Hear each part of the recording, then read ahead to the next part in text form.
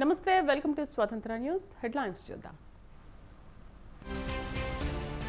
ఏపీలో ఇవాళ ప్రధాని మోదీ పర్యటన. రాజమండ్రి అనకాపల్లిలో క్యాంపెయిన్.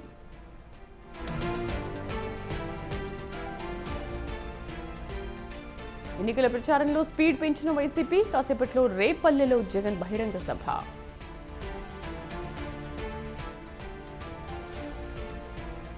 మోసపూరిత హామీలతో కాంగ్రెస్ అధికారంలోకి వచ్చింది. ప్రజలే బుద్ధి చెబుతారన్న కేటీఆర్.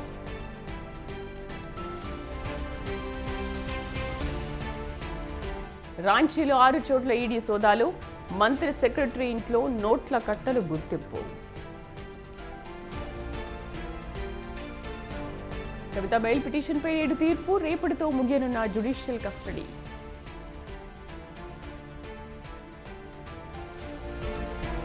తెలంగాణలో 5 రోజుల పాటు వర్షాలు. పలు జిల్లాల్లో మోస్తరుగా కురిసే అవకాశం.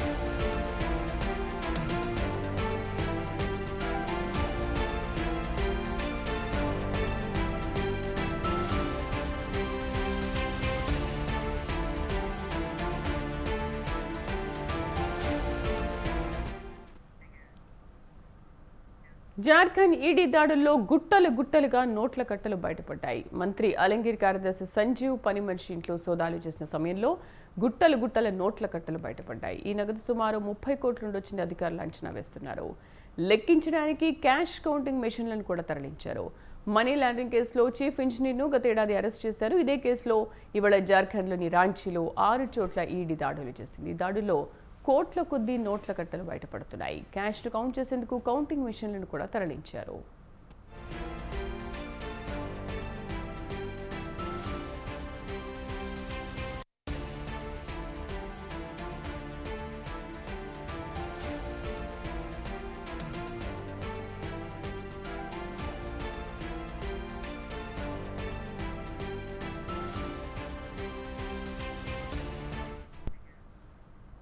అయితే నగదుకు సంబంధించి ఎలాంటి లెక్కపత్రాలు లేవని అధికారులు అంటున్నారు. మనీ లాండరింగ్ నిరోధక చట్టం కింద ఫిబ్రవరి 2023లో అరెస్ట్ అయిన వీరేంద్ర రామ్కు సంబంధించిన 6 ప్రదేశాల్లో సోదాలు నిర్వహించినట్టు తెలిపారు. నగదుకు సంబంధించిన సీసీ ఫుటేజ్ మీడియాలో వైరల్గా అయింది.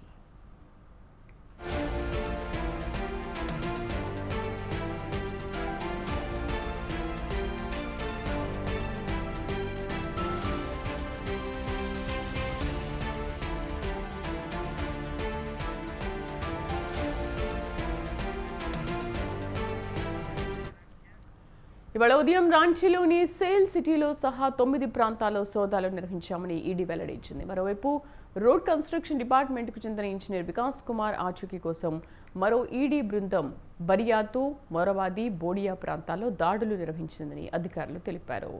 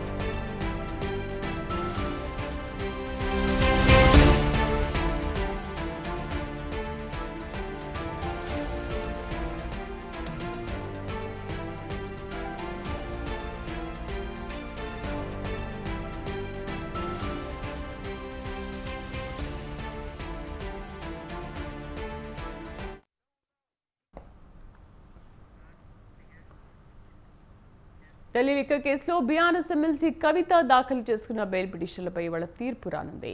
ఈడీ, సిబిఐ నమోదు చేసిన 2 కేసుల్లోనూ బెయిల్కు సంబంధించి ఢిల్లీ ప్రత్యేక కోర్టు న్యాయమూర్తి కావేరి బవేజా తీర్పులు ఇవ్వనున్నారు. మధ్యాహ్నం 12 గంటలకు తీర్పు వెల్లడించనున్నారు.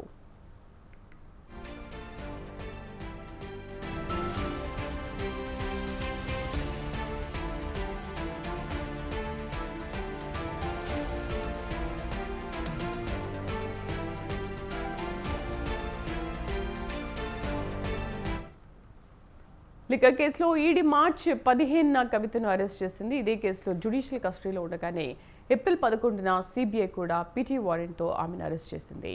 ఈ కేసులకు సంబంధించి కవిత వేర్వేరుగా బెయిల్ పిటిషన్లు దాఖలు చేసుకున్నారు. ఈ 2 బెయిల్ పిటిషన్లను దర్యాప్తు సంస్థలు వ్యతిరేకించాయి. కవితకు బెయిల్ ఇస్తే ఆధారాలను ధ్వంసం చేసే అవకాశం ఉందని, దర్యాప్తుపై ప్రభావం పడుతుందని కోర్టుకు విన్నవించాయి. ఈ పిటిషన్లపై వాదనలను ఇప్పటికే పూర్తి చేసిన ప్రత్యేక కోర్టు న్యాయమూర్తి తీర్పును రిజర్వ్ చేశారు. ఇవాళ మధ్యాహ్నం తీర్పును వెలువరించనున్నారు. కవితకు బెయిల్ లభిస్తే జ్యుడిషియల్ రిమాండ్ నుంచి మినహాయింపు లభిస్తుంది. కోర్టు తీర్పుపై బీఆర్ఎస్ శ్రేణుల్లో ఉత్కంఠ నెలకొంది.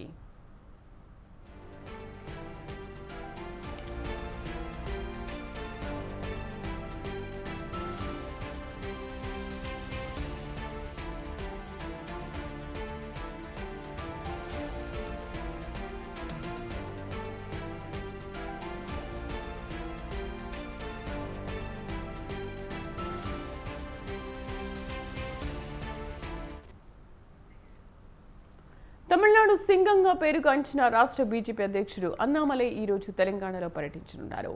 కరీంనగర్ ఎంపీ బీజేపీ జాతీయ కార్యదర్శి బండి సంజయ్ తరఫున ప్రచారం చేయనున్నారు. జమ్మికుంటలోని శంకర్ గార్డెన్లో ఏర్పాటు చేసిన కరీంనగర్ పార్లమెంటు యువ సమ్మేళనంలో అన్నామలై పాల్గొంటారు. అనంతరం మధ్యాహ్నం 3 గంటలకు కల్వకుర్తి సభలో పాల్గొంటారు. అలాగే సికింద్రాబాద్ నియోజకవర్గంలో కిషన్ రెడ్డి తరఫున సాయంత్రం సనత్ నగర్ నుంచి పద్మారావు నగర్ వరకు బైక్ ర్యాలీలో పాల్గొననున్నారు.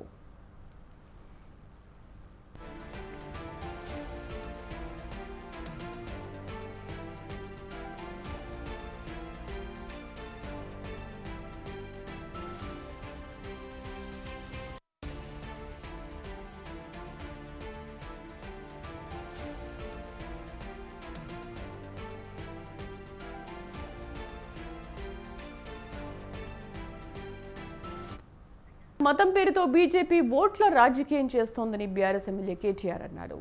రాముడు అందరివాడని చెప్పారు. సిరిసిల్లలో కార్నర్ మీటింగ్లో పాల్గొన్న కేటీఆర్ బీజేపీపై తీవ్ర విమర్శలు గుప్పించారు. వేములవాడ, రాజన్న, కొండగట్టు దేవాలయాలు బీజేపీ పుట్టక ముందు నుండే ఉండేవన్నారు. సిరిసిల్లలో అనేక అభివృద్ధి పనులు చేశామన్నారు. బీజేపీ ఏం చేసిందని ఓట్లు అడుగుతున్నారని ప్రశ్నించారు. వారికి ఎందుకు ఓటు వేయాలని అడిగారు.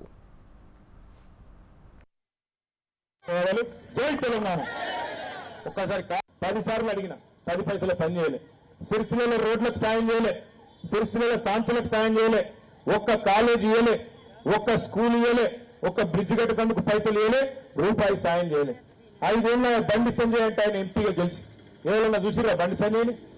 టీవీలలో కాదు, నిజంగా టీవీలలో మా చూసిరు, మీరు సీరియల్ చూసినట్టు మంచిగానే చూసిరు. కానీ బండి సంజయ్ అంటే నిజంగా ఎప్పుడన్నా మీ గల్లీలో కానీ సిరిసిల్లలో కానీ కనబడ్డా?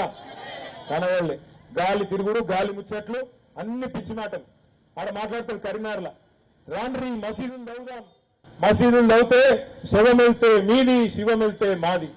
మాది మీదేంద్ర నాయన, నువ్వు తవ్వమంటే డబుల్ బెడ్రూమ్ ఇళ్ళ పునాదులు దవ్వు, తవ్వేదుంటే చెరువుల పునాదులు దవ్వు, తవ్వేదుంటే ఓ కాలేజీకి పొక్కదావు, కాలేజీ గట్టు, ఓ బడి గట్టు, గవ్వేవి శాతగావు. కానీ మతం పేరు మీద రెచ్చగొట్టాడు. హిందూ వేరు, ముస్లిం వేరు, ముస్లింలంతా దుర్మార్గులు, హిందువులంతా వేరే అని చెప్పి అడ్డమైన మాటలు, అడ్డమైన కథలు, పోరగాళ్ళ నెత్తులు పాడు చేసుడు తప్ప చేసిన ఒక్క మంచి పని ఉంది 5 ఏళ్లలో. సరే మిలిటరీ అంగి నువ్వు మిలిటరీ నువ్వే. మోడీ ముడి చమురు ధరలు తగ్గించిన పెట్రోల్, డీజిల్ రేట్లపై పన్నులు వేసి వసూలు చేశారని కేటీఆర్ మండిపడ్డారు. అబ్కీ బార్ 420 అంటున్నారని, అక్కడికి రాని చుట్టాలకు ఎందుకు ఓటు వేయాలని ప్రశ్నించారు. మనకు ఘోరమైన ప్రధాని ఉన్నారని విమర్శించారు. ఉప్పు పురమైంది, నూనె పురమైంది, చింతపండు పురమైంది, అన్ని పురమైనవి. అయినా కాలేదా? 400 సిలిండర్లు 1200 చేసిండు నరేంద్ర మోడీ. 2014లో మోడీ గారు ప్రధానమంత్రి అయినాడు ఒక డ్రమ్ము క్రూడ్ ఆయిల్ ధర 2014లో మోడీ ప్రధానమంత్రి అయినాడు $100.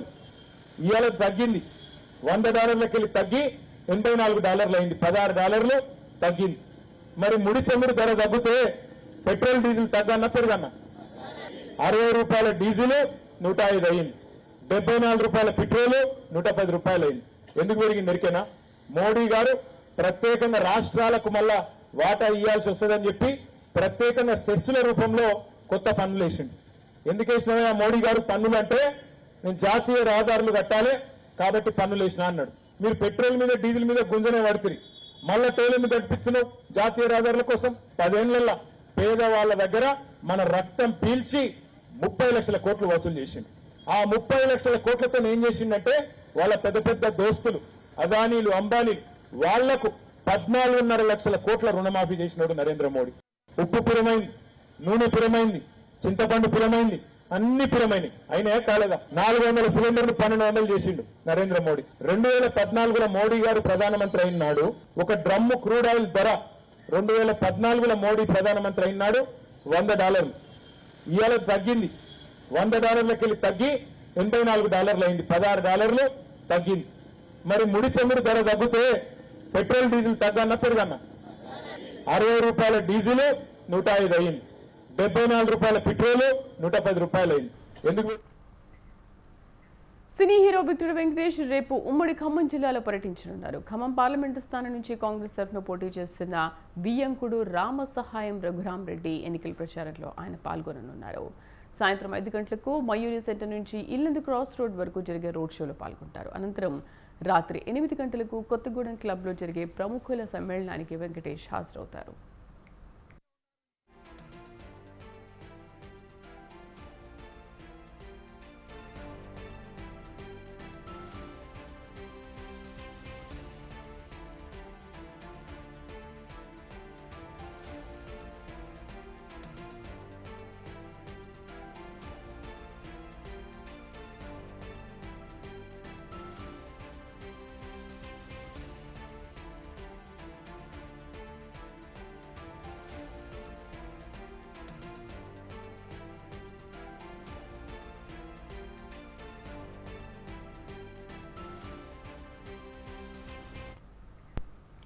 ఖమ్మం పార్లమెంటరీ నియోజకవర్గంలో బీఆర్ఎస్ కాంగ్రెస్ అభ్యర్థులు కొత్త రకం ప్రచారానికి తెరలేపారు. నేను లోకల్ అంటే నేను పక్కా లోకల్ అని బీఆర్ఎస్ అభ్యర్థి నామా నాగేశ్వరరావు, కాంగ్రెస్ అభ్యర్థి రామసహాయం రఘురామరెడ్డి ప్రచారం చేసుకుంటున్నారు. ప్రత్యర్థి నాన్ లోకల్ అంటే ఎద్దేవా చేసుకుంటున్నారు. ఎన్నికల కురుక్షేత్రంలో నిత్యం ఒకరిపై ఒకరు ఆరోపణలు ప్రత్యారోపణలు చేసుకుంటున్న ఈ ప్రత్యర్థులు పక్క ఇళ్లవారే కావడం, మిత్రులు కావడం విశేషం. ఏమైనా ఈ లోకల్ నాన్ లోకల్ వివాదం జోరందుకుంది.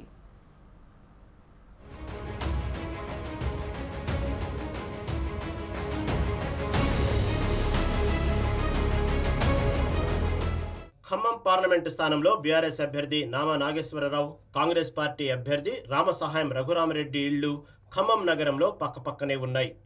నగరంలోని నెహ్రూ నగర్లో ప్రస్తుత ఎంపీ నామా నాగేశ్వరరావు నివాసం ఉంటున్న ఇంటి పక్కనే రామసహాయం రఘురామరెడ్డి ఇల్లు ఉంది. ఇది ఇప్పటిది కాదు, దశాబ్దాల క్రితమే నిర్మించుకున్నారు.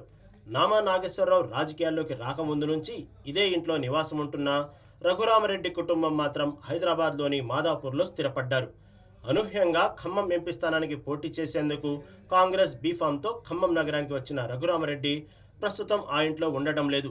వైరా రోడ్డులోని కొత్తగా నిర్మించిన విల్లాలో ఉంటున్నారు. ఆ విల్లా కూడా రఘురామరెడ్డి ఎన్నికల రాజకీయాల్లోకి రాకముందే కొనుగోలు చేశారు.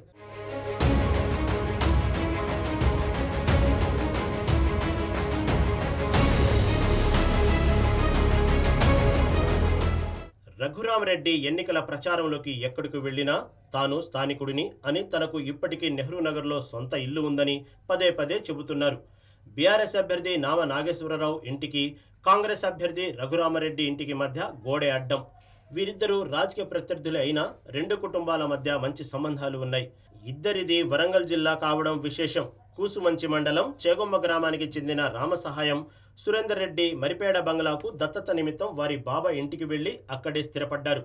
సురేందర్ రెడ్డి తన చిన్నమ్మ కోసం ఖమ్మం నగరంలోని నెహ్రూ నగర్లో 40 ఏళ్ల క్రితమే నామా ఇంటికి పక్కనే సొంత ఇంటిని నిర్మించారు. ఉమ్మడి వరంగల్ జిల్లా కురివి మండలం బలపాల గ్రామానికి చెందిన నామా నాగేశ్వరరావు కుటుంబం కొన్ని దశాబ్దాల క్రితమే ఖమ్మం జిల్లాలో స్థిరపడ్డారు.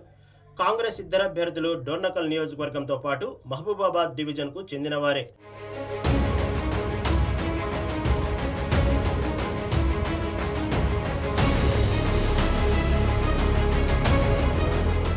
ఎన్నికల ప్రచారంలో ఎవరికి వారే విమర్శలు, ప్రతి విమర్శలు, ఆరోపణలు, ప్రత్యారోపణలు చేసుకుంటున్నారు. నేను పక్కా లోకల్ అని నామా అంటుంటే, కాదు నేను పక్కా లోకల్ అని రఘురామరెడ్డి ధీటుగా సమాధానం చెబుతున్నారు.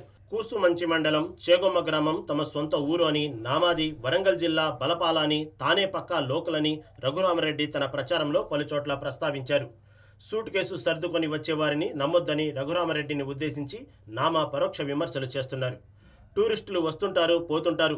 తాను స్థానికంగా నివాసం ఉండేవాడినని, తనకే ఓట్లు వేయాలని నామా కోరుతున్నారు. రఘురామరెడ్డి నెహ్రూ నగర్లో ఇంటితో పాటు ఒక ఫ్లాటు, విల్లా, 2 సినిమా థియేటర్లు కూడా ఖమ్మం నగరంలో ఉన్నాయని చెప్పుకుంటూ తాను స్థానికుడిని అని నిరూపించుకోవడానికి నానా తంటాలు పడుతున్నారు. అతి ముఖ్యంగా ఇక్కడ ఖమ్మం జిల్లా నుంచి ఒక ఖమ్మం బిడ్డని, ఇక్కడ రైతు బిడ్డని, ఇక్కడే పుట్టి ఇక్కడే పెరిగి ఇక్కడే గిట్టే అంటే నేను పోయిన తర్వాత నాకు కట్టే కాలేదు కూడా ఇక్కడే. అందుకనే నేను ఖమ్మం ప్రజలందరూ కూడా కోరుకుంటున్నా, తప్పకుండా కూడా మీ బిడ్డను మీరు ఎట్ట చూసుకుంటారో ఖమ్మం బిడ్డగా ఖమ్మం ప్రజలందరూ కూడా పార్టీలకు అతీతంగా నా గుర్తు కారు గుర్తు మీద ఓటేయండి. నా నెంబర్ కూడా మొదటి నెంబరే. అందులో కనుక మిషన్ కనుక పోయినట్టయితే మొదటి నెంబర్లోనే నా పేరు ఉంటుంది, నా గుర్తు కారు గుర్తు, నా బొమ్మ కూడా ఉంటుంది. తప్పకుండా కూడా నాకు ఓటేయాలని మీ ద్వారా ఖమ్మం ప్రజలందరూ కూడా కోరుకుంటున్నారు. రేణుకమ్మ గారు చెప్పినట్టు నేను ఖమ్మానికి కొత్తవాడిని గాను. కూసుమంచి మండలం చేగమ్మ అని ఒక ఊరికి చెందినవాడిని, కుటుంబం చెందినవారు. అక్కడ మా ఇల్లు స్కూల్కి ఇచ్చేసాము, భూములన్నీ ప్రభుత్వానికి ఇచ్చేసాము. ఆడికి మొన్ననే ఒక 4 నెలల కింద హాస్పిటల్ కేంద్ర హెల్త్ సెంటర్ కొరకి 400 గజాలు ఇచ్చాం. ఖమ్మంలో ఇల్లు ఇప్పటికీ ఉన్నది మాకు, నెహ్రూ నగర్లో. నాకు ఒక చిన్న ఫ్లాట్ కూడా ఉంది అక్కడ, 1000 స్క్వేర్ ఫీట్ ఫ్లాట్ కూడా ఉంది అక్కడ. అయితే ఖమ్మానికి నేను బయటోండి గాను. అలాగే మరిపట్ల మొత్తం భూములన్నీ పోలీస్ స్టేషన్కి, ఆర్టీసీ బస్ స్టాండ్కి, ప్రైమరీ హెల్త్ సెంటర్కి, ఎంఆర్ఓ ఆఫీస్, ఎండి ఆఫీస్ అన్నిటికీ దానం చేశాం. నాకు ఒక సెంటు భూమి లేదు అక్కడ. మాదాపురంలో కొంత భూమి ఉంది, ఇక్కడ కొంత వ్యాపారం ఉంది నాకు. నామాకు రఘురామరెడ్డికి ఖమ్మం నగరంలో పక్కపక్కనే ఇళ్లు ఉన్నా, ఇద్దరికి హైదరాబాద్లో కూడా ఇళ్లు ఉన్నాయి. ఇద్దరి వృత్తి కూడా వ్యాపారమే. ఇరువురికి కన్స్ట్రక్షన్స్ రంగంలో ప్రావీణ్యం ఉంది. నామాకు ఖమ్మం నగరంలో ఓటు హక్కు ఉండగా, రఘురామరెడ్డికి మాత్రం తాను పోటీ చేసే సెగ్మెంట్ పరిధిలో లేదు. కానీ మహబూబాబాద్ పార్లమెంట్ సెగ్మెంట్లో ఉంది. అయినా లోకల్ కానీ ఇద్దరు తామే లోకల్, ప్రత్యర్థి నాన్ లోకల్ అని ప్రచారం చేయడం చిత్రం.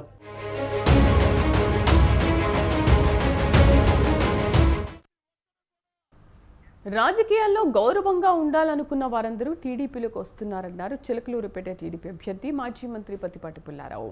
బలహీన వర్గాల్ని మోసం చేయడంలో సీఎం జగన్మోహన్ రెడ్డి దిట్ట అన్నారు. అది అతనికి వెన్నతో పెట్టిన విద్య అంటూ ఎద్దేవా చేశారు. చిలకలూరుపేట నుంచి గుంటూరుకి మంత్రి రజనీ మకాం మార్చడానికి ఆమె అక్రమాలి అంటూ ధ్వజమెత్తారు. రాష్ట్ర అభివృద్ధి, ప్రజా సంక్షేమం కోసం ఉమ్మడి కూటమి అభ్యర్థుల్ని గెలిపించాలని కోరారు. మేము దోపిడీ చేస్తాం జగన్మోహన్ రెడ్డితో అని ఉండేటువంటి విడుదల రజనీ లాంటి వాళ్ళు స్థలం మార్చుకొని, నియోజకవర్గాన్ని మార్చుకొని గుంటూరు పారిపోయి మాకు అవినీతిలో మాకు ఎక్కడుంటే అక్కడే ఉంటామని జగన్మోహన్ రెడ్డి అంటూ పెట్టుకొని ఉన్నారు. అటువంటి నాయకులు చిలకలూరుపేట నుంచి పారిపోయారు, సర్దుకొని తప్పకుండా వెళ్ళిపోయారు. 6 నెలలైన చిలకలూరుపేట ముఖం చూపించి ఫ్యాన్కు ఓటు వేసిన వాళ్ళు కూడా కనపడకుండా పారిపోయారు. కనీసం ఫ్యాన్కు ఓటు వేసిన వాళ్ళు సమావేశం పెట్టన్నా చెప్పారా? నేను గుంటూరు పోతున్నా. తూర్పుగోదావరి జిల్లా రాజానగరం నియోజకవర్గంలో కూటమి అభ్యర్థి బత్తుల బాలరామకృష్ణ ఎన్నికల ప్రచారంలో దూసుకుపోతున్నారు. ప్రతి గ్రామంలో తిరుగుతూ కూటమికి ఓటు వేయాలని ఓటర్లను అభ్యర్థిస్తున్నారు. ఈ నేపథ్యంలోనే రామకృష్ణపై కూటమి శ్రేణులు, అభిమానులు, ప్రజలు పూలమాలలు, హారతులతో ఘన స్వాగతం పలుకుతున్నారు. విష్ణు మహేశ్వర్ లాగా పవన్ కళ్యాణ్ గారు, చంద్రబాబు నాయుడు గారు, మోడీ గారు ఈ రాష్ట్రాన్ని అభివృద్ధి చేయడం కోసం, రాష్ట్రంలో ఉన్న ప్రజలందరినీ అభివృద్ధి చేయడం కోసం కంకణం కట్టుకున్నారు. దాన్ని ప్రజలందరూ కూడా స్వాగతిస్తూ అత్యధిక మెజార్టీతో గెలిపించడానికి సిద్ధంగా ఉన్నారు. మే 13వ తేదీ ఎప్పుడు వస్తుందా అని చెప్పి అందరూ ఓట్లు వేయడానికి సిద్ధంగా ఉన్నారు. వైసీపీ చాలా ఓట్ల తేడాతో, గతంలో ఎంత మెజారిటీ వచ్చిందో దాన్ని మించిన తేడాతో వైసీపీ ఓడిపోతుంది. ఇక్కడ రాజానగరంలో మేము ఖచ్చితంగా 30,000 ఓట్ల మెజారిటీతో గెలుస్తున్నాము. కోరుకొండలో 10,000 మెజారిటీతో గెలుస్తున్నాము. సీతానగరంలో 10,000 ఓట్లతో మెజారిటీతో గెలుస్తున్నాము. ఖచ్చితంగా 50,000 ఓట్ల మెజారిటీతో మేము గెలుస్తున్నాం. ఎన్డీఏ పార్టీలో ఖచ్చితంగా నేను ప్రమాణ స్వీకారం చేయబోతున్నాను. చంద్రబాబు నాయుడు గారు ముఖ్యమంత్రిగా ప్రమాణ స్వీకారం చేస్తారు. పైన మోడీ గారు కూడా తిరిగిలేని విధంగా ఆయన కూడా ప్రమాణ స్వీకారం చేస్తారు. ఏపీలో వైసీపీని రాజకీయ సమాధి చేయడానికి ప్రజలు సిద్ధమయ్యారన్నారు కూటమి ఎమ్మెల్యే అభ్యర్థి రామాంజనేయులు. రాష్ట్రంలో వైసీపీ నేతల అరాచకాలకు అడ్డు అదుపు లేకుండా పోయిందని దుయ్యబట్టారు. ప్రజా సంక్షేమం కోసం కూటమి సూపర్ 6 పథకాలను ప్రవేశపెట్టిందన్నారు. రానున్న ఎన్నికల్లో తమ విజయం తథ్యమన్నారు. ఎన్నికల ప్రచారంలో భాగంగా గుంటూరు జిల్లా పత్తిపాడు నియోజకవర్గంలో ఎంపీ అభ్యర్థి పెమ్మసానితో కలిసి ప్రచారం నిర్వహించారు. రూపాయల ఎకరా భూమిని 50 లక్షలకు కొని ప్రజల సొమ్ముతో మాకు సెంట్ ఇవ్వడం ఏంటి? అదే 50 లక్షలు 25 లక్షలతో కొని ఉంటే మాకు 2 సెంట్లు వచ్చేది కదని ప్రజలందరికీ తెలిసిపోయింది. జగన్ రెడ్డి నీ భాగవతం, ఈ ఇండ్ల స్థలాల్లో నువ్వు చేసినటువంటి మోసం, నీ నాయకులు చేసినటువంటి మోసం అంతా తెలిసిపోయింది. నీ సెంటు పట్ట నిన్నేమి కాపాడలేదు, నీ నవరత్నాలు నిన్నేమి కాపాడలేవు. 13వ తేదీ నాడు మీకు రాజకీయ సమాధి జరగబోతుంది. 25 లక్షల రూపాయల ఎకరా భూమిని 50 లక్షలకు కొని ఏళ్ల పాటు పార్టీ కోసం కష్టపడ్డా టికెట్ దక్కలేదన్న ఆగ్రహంతో పార్టీనైతే వీడారు. కానీ ఇక్కడున్న జోష్ మాత్రం అక్కడ లేదు. ఎన్నికల వేళ ఆ హంగామా లేదు, ప్రచార హడావిడి అంతకన్నా లేదు. ఇంతకీ జంపింగ్ జపాంగ్ల జోష్ తగ్గడానికి కారణాలేంటి? పార్టీ మారినా మనసు మారలేదా? అసలు అంబేద్కర్ జిల్లాలో ఏం జరుగుతోంది?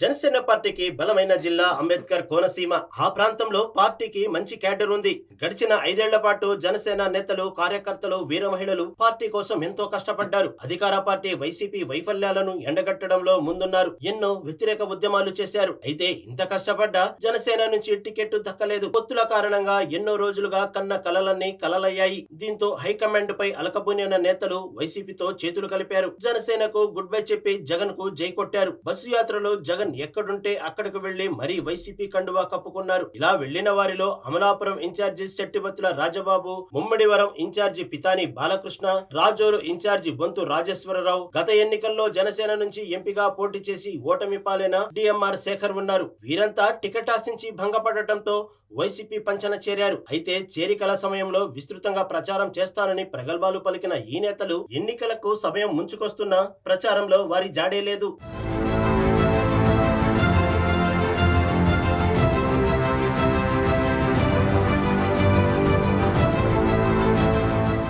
ముమ్మిడివరం ఇన్ఛార్జిగా ఉండి వైసీపీ గూటికి చేరారు పితాని బాలకృష్ణ. అయితే పార్టీలో చేరింది మొదలు ఇప్పటి వరకు ఎక్కడా ఆయన ప్రచారంలో పాల్గొన్నది లేదు, ముమ్మిడివరంలో కనిపించింది లేదు. అలాగే మరో నాయకుడు శెట్టిబత్తుల తీరు కూడా అంతే. వైసీపీ అధినేత వద్ద బీరాలైతే పలికారు కానీ ప్రచారంలో ఎక్కడా ఆయన కనిపించింది లేదు. ప్రచార రథం సిద్ధమైందని, జిల్లాలోని 7 నియోజకవర్గాల్లో ప్రచారం చేయడమే మిగిలిందని చెప్పిన శెట్టిబత్తుల కేవలం మాటలకే పరిమితమయ్యారు. దీంతో ఆయనపై విమర్శలు గుప్పిస్తున్నారు అధికార పార్టీ శ్రేణులు. ఇక రాజమహేంద్రవరంలో నివాసం ఉండే ఓఎన్జీసీ రిటైర్డ్ ఉద్యోగి జనసేనలో ఉన్నప్పుడే అడపాదడపగా అమలాపురం వచ్చేవారని, వైసీపీలో చేరిన తర్వాత ఆయన రాజమహేంద్రవరానికి పరిమితమయ్యారన్న టాక్ వినిపిస్తోంది. టిఎంఆర్ శేఖర్ నివాసం ఉండే రాజమహేంద్రవరంలో ఆయన ప్రచారంలో పాల్గొంటున్నారా అంటే అది లేదన్న విమర్శను మూటగట్టుకుంటున్నారు.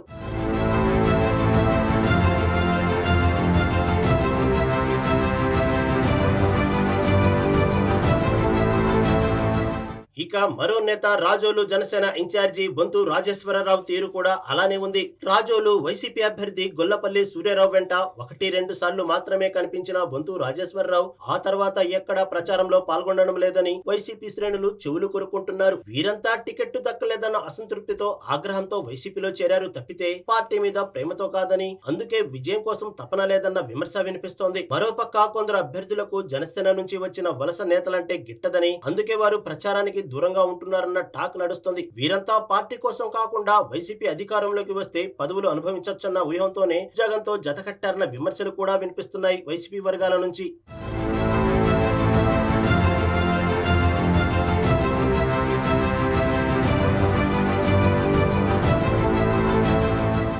మరి అధికార పార్టీ వర్గాలు చెబుతున్నట్టు వలస నేతలకు వైసీపీ అంటే అభిమానం లేదా, కేవలం పదవుల కోసమే పార్టీ మారారా అన్నది తెలియాలంటే మున్ముందు జరిగే రాజకీయ పరిణామాలే తెలుస్తాయి.